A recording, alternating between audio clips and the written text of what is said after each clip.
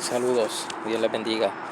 Quiero leer rápidamente el Salmo 19, capítulo 19, versículo 7, dice: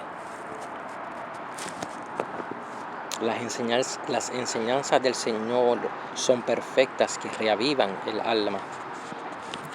En inglés dice: The instructions of the Lord are perfect, reviving the soul. Y quiero rápidamente tomar unos minutos para hablar acerca de lo que es avivamiento. Si le pondría un tema a esta pequeña reflexión, sería avivando el fuego en medio de los tiempos. Mientras miramos a nuestro alrededor, mientras vemos lo que estamos viviendo, las noticias de lo que acontece a nivel mundial, nos damos cuenta que estamos viviendo tiempos proféticos, tiempos peligrosos. Decía el apóstol Pablo en su carta a Timoteo, decía que en los postreros días vendrían tiempos peligrosos, y ciertamente estamos viviendo esos tiempos peligrosos. Cuando miramos, por ejemplo, aquí en Puerto Rico, a nuestro alrededor, la violencia cada día de las tantas personas que lamentablemente matan por diferentes razones y situaciones, tiempos proféticos de lo que está aconteciendo a nivel mundial, nos deja saber algo de que la redención de la iglesia está muy cerca. Y aparte de esto, es sumamente importante entender que también hay un enemigo que sabe que le queda poco tiempo. Sabemos que es Satanás, que el Señor reprenda, sabe que le queda poco tiempo y está atacando con toda su furia. Estamos ahora mismo durante el mes de octubre, y ¿verdad? De acuerdo a varios ex-satanistas que hoy en día le sirven a Dios, desde octubre 4 a noviembre 4, esos 31 días, todos los años se hacen rituales en contra de la iglesia de Cristo. ¿Qué sucede? Que esto causa, ¿verdad?, al cristiano y al que le sirve a Cristo, que descuida su vida espiritual, que descuida su vida de búsqueda, de intimidad con Dios, con Cristo, de oración, de ayuno. Podría darse el caso de que desfallezca la fe, de que pierda la fe, de que se aleje de Dios, de que se aparte de sus caminos. Y hay momentos en donde hace falta un reavivar, como decía aquí, que las enseñanzas del Señor son perfectas, que reavivan el alma. Cuando hablamos de la palabra avivamiento, viene de la palabra avivar, que significa, tiene varias definiciones, significa dar fuerzas, también significa cobrar vida. Cuando estamos hablando de avivar, hay personas, cristianos, que han perdido sus fuerzas, que han perdido sus ánimos, que necesitan una palabra de aliento. Lo que necesitan es cobrar fuerzas nuevas, cobrar vida. Y esto viene a través de lo que es un despertar en nuestro espíritu, en nuestra alma, en nuestra conciencia, de acercarnos a Dios, de reconocer que estamos en tiempos difíciles. La Biblia habla de un profeta llamado Habacuc, que viene del hebreo Habak, significa abrazo. Fue un profeta de Judá que vivió antes de la cautividad de Babilonia, antes de la cautividad babilónica, y escribió el libro aproximadamente para el siglo 7 antes de Cristo. No se menciona mucha biografía, ¿verdad?, información biográfica de este hombre, pero sí hay tradiciones rabínicas que creen, escuche bien, que creen que Habacuc fue el hijo de la tsunamita. Si sabemos la historia del hijo de la tsunamita, sabemos que habla de que él murió, es un niño que murió, y que el profeta Eliseo oró por él en un momento dado, y que hizo, cobró vida.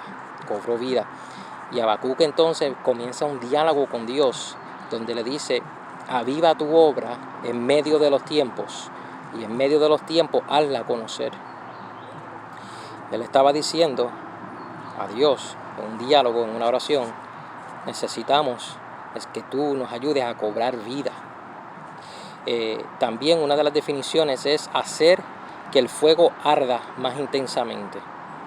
Cuando el fuego se está apagando, se le echa leña, ¿verdad? Para que, si se está haciendo una fogata, por ejemplo, para que ese fuego comience a arder más intensamente nuevamente.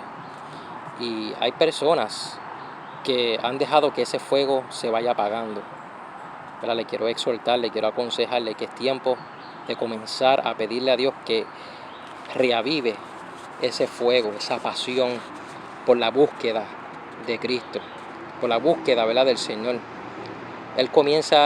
Habacuc comienza a mirar las circunstancias a su alrededor que se asemejan a lo que vemos. Él veía maldad, hoy vemos maldad.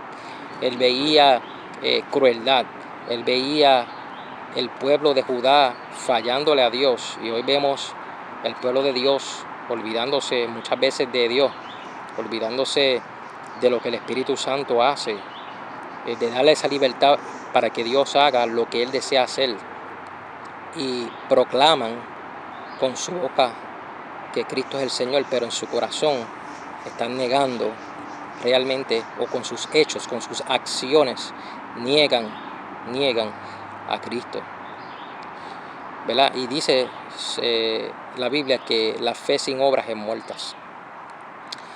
O sea, es importante que si proclamamos tener a Cristo, de que también se demuestre por los hechos, por las acciones.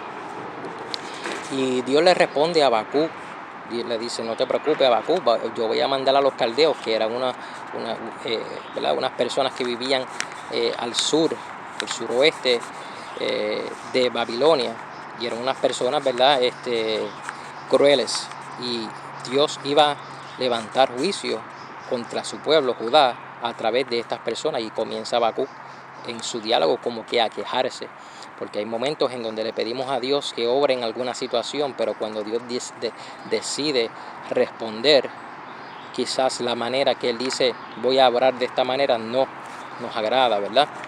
Y en toda esta circunstancia, ¿verdad?, lo que esto provoca es realmente a que Habacuc se acerque más a Dios, ¿verdad? A que Habacuc busque más a Dios y diga esas palabras, y diga: mira, con todo yo me alegraré en Jehová, aunque falte lo que falte.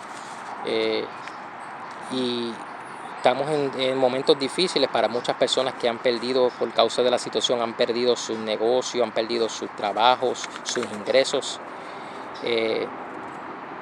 Debemos decir: con todo y eso, yo me alegraré en Dios, en Jehová, en el Dios de mi salvación.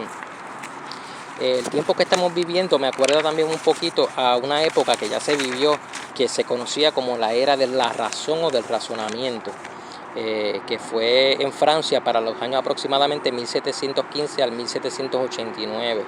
Que esto lo que hacía básicamente es que se centraba el enfoque de la sociedad, era centrarse en el razonamiento como la máxima autoridad, o sea, en tu pensamiento, en lo que tú puedes razonar, en lo que tú puedes entender que es bien y que está mal. Y fue inspirada por filósofos europeos, ¿verdad? En ese tiempo, ¿verdad?, comienzan muchas protestas por diferentes tipos de ideales, ¿verdad?, para la libertad, para el progreso, la tolerancia de diferentes situaciones, incluyendo la tolerancia religiosa. Y ahí también hay un enfoque en lo que es la separación de iglesia y Estado. Comienza este enfoque en esa época. Pero cuando miramos a nuestro alrededor en este tiempo, podemos ver de que estamos volviendo realmente a esa época de razonamiento, porque hay personas que pues están negando, ¿verdad?, de que Dios exista, de que simplemente ellos tienen la razón con su filosofía, con sus pensamientos, con sus estudios, con todo lo que han aprendido, incluyendo en la teología. Muchas personas ¿verdad?, la teología, pues el estudio de Dios, el estudio profundo de Dios, y yo he estudiado teología, pero muchas veces hay personas que se van tanto en su pensamiento, en lo que ellos creen, que a veces, como les digo, niegan, y esto lo digo por experiencia, niegan el Dios que hace milagros, niegan al Dios que revela. Y todo lo quieren explicar simplemente con una explicación teológica, pero sin vivencia. ¿Me entienden? Sin vivencia. Y el cristiano, aparte de conocimiento, que es sumamente importante, es importante la vivencia en el Espíritu. Pablo exhortaba a los Gálatas, en su carta a los Gálatas, capítulo 5, dice: andad en el Espíritu y no satisfagáis los deseos de la carne, porque los deseos de la carne son contra el Espíritu, y estos se oponen el uno al otro. Pero ¿qué pasó? Que esta época de razonamiento también provocó en lo que era las primeras 13 colonias en América, para los años 1730 a 1740 aproximadamente, un movimiento que se conoce como el primer gran avivamiento o el gran despertar, que hubieron personas como Jonathan Edwards y John Wesley que fueron utilizados en diferentes lugares para provocar un avivamiento, un despertar. Y yo creo que eso es lo que hace falta, que provoquemos, que seamos esa persona que pueda provocar un gran despertar, un avivamiento. No hace falta multitudes, lo puedes hacer tú, lo puedo hacer yo. Jonathan Edwards fue un joven que dentro de su filosofía y sus estudios se conoce mucho, porque en un momento dado él predicó un mensaje bajo el tema Sinners in the Hand of an Angry God, pecadores en las manos de un Dios airado. Y se dice, ¿verdad? Eso fue predicado en Connecticut, de donde yo soy, el 8 de julio de 1741, y dice que eso estremeció tanto ese lugar que la gente creía que en ese momento dado se abría la tierra. Dice, ellos pensaban, ¿verdad? Que se abría la tierra y que el infierno se lo iba a tragar, y por lo tanto comenzaron a humillarse delante de Dios, ¿verdad? Quizás ese tipo de mensaje hoy en día se conocería como un mensaje rajatabla, pero a veces hace falta un mensaje fuerte que sea verdadero, que sea correcto por la palabra, que nos estremezca y nos haga concientizar de que es tiempo de buscar a Dios. Es tiempo de acercarnos a Dios, ¿verdad? Hubo luego otra época del segundo gran despertar entre el 1790 y 1840, mientras comenzaba en todo su eje el ateísmo y el deísmo también. El ateísmo, pues, el que no cree en Dios, y el deísmo es el que cree en Dios, pero que cree que Él está en el cielo y nosotros en la tierra, y Él no se mete en nada, ¿verdad? Y era la era del romanticismo también, en esa época de 1790 a 1840 aproximadamente, y ahí se levanta un hombre también como Charles Finney, que provoca otro gran avivamiento, y se estima que se ganó más de 500,000 vidas para Cristo durante su transcurso de vida, ¿verdad? Uno de los avivamientos que más me llama la atención fue el avivamiento de Gales de 1904 en adelante, en las Islas Británicas de Gales, por un joven que se llamaba Evan Roberts, que a sus 13 años de edad comenzó a orar y a buscar la presencia de Dios. Y él, buscando presencia de Dios por 13 años corridos, no faltaba los cultos de oración. Un día Dios se le revela, le dice: Evan, a través de ti voy a provocar un avivamiento, se van a venir más de 100,000 almas para mí, para Cristo, en este lugar, en esta área. Y comenzaron unas manifestaciones increíbles.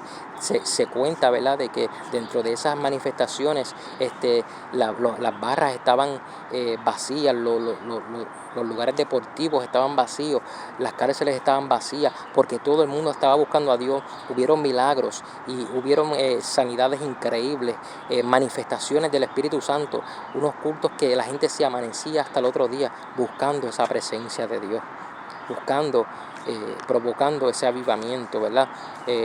Y luego de esto, en el 1906, en William J. Seymour se levanta en Azusa Street, que yo pude visitar Azusa Street hace 5 años aproximadamente.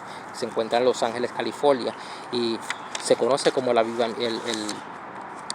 avivamiento, ¿verdad?, de Azusa Street, que William J. Seymour fue en medio de, ¿verdad?, momentos raciales como lo que estamos viviendo. Fue lo que llamamos un African American, que era ciego de un ojo, y él fue el que Dios utilizó para provocar un mensaje de Espíritu Santo, de bautismo Espíritu Santo. La gente comenzó a ser llena también por el Espíritu Santo, comenzó a buscar presencia, a recibir milagros, y cientos y miles de personas vinieron también a los pies de Cristo a través de William J. Seymour. Más adelante de ahí se sale ese avivamiento en lugares como Puerto Rico y otros lugares, ¿verdad? Con un mensaje como, ¿verdad? Pentecostal, y de avivamiento, de presencia. Y nada, ¿qué quiero traerle con esta pequeña reflexión, exhortación? De que no mires lo que está a tu alrededor, de tal manera que permitas que te desaliente, que te desanime, que apague ese fuego, sino que permite que pídele a Dios que avive ese fuego en medio de estos tiempos en tu corazón, en tu vida, que cobres vida nueva, que cobres vida, que recibas fuerzas nuevas, que puedas avivar más, que pueda arder más intensamente ese fuego en ti. Saludos, este ha sido tu hermano y amigo Juan Collazo del Ministerio Impactando al Mundo con la Palabra, aquí desde el Monte Oret en Vega Alta. Dios bendiga.